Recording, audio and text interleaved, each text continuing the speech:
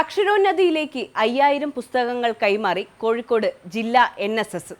വിദ്യാർത്ഥികൾ വായനയിലൂടെ ഉന്നതിയിലേക്ക് എന്ന സന്ദേശത്തിൽ പട്ടികവർഗ വിഭാഗക്കാരായ വിദ്യാർത്ഥികളിൽ വായനാശീലം വളർത്തുന്നതിനായി തദ്ദേശ സ്വയംഭരണ വകുപ്പും പട്ടികവർഗ വികസന വകുപ്പും ചേർന്ന് ആവിഷ്കരിച്ച പദ്ധതിയിലേക്കാണ് 5000 പുസ്തകങ്ങൾ ശേഖരിച്ചത്.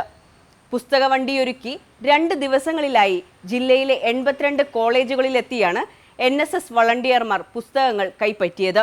ജൂൺ 25-ന് കൊയിലാണ്ടി, വടകര, കുറ്റ്യാടി മേഖലകളിലും ജൂൺ 27-ന് ഫറൂഖ്, മുക്കം, ബാലുശ്ശേരി, കോഴിക്കോട് ടൗൺ കേന്ദ്രീകരിച്ചുമാണ് പുസ്തകവണ്ടി പര്യടനം നടത്തിയത്.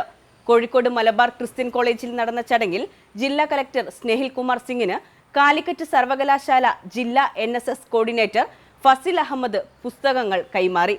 College principal doctor D. Sajan അധ്യക്ഷത വഹിച്ചു. കാലിക്കറ്റ് സർവകലാശാല സിൻഡിക്കേറ്റ് അംഗം ഡോക്ടർ T. മുഹമ്മദ് സലീം മുഖ്യപ്രഭാഷണം നടത്തി.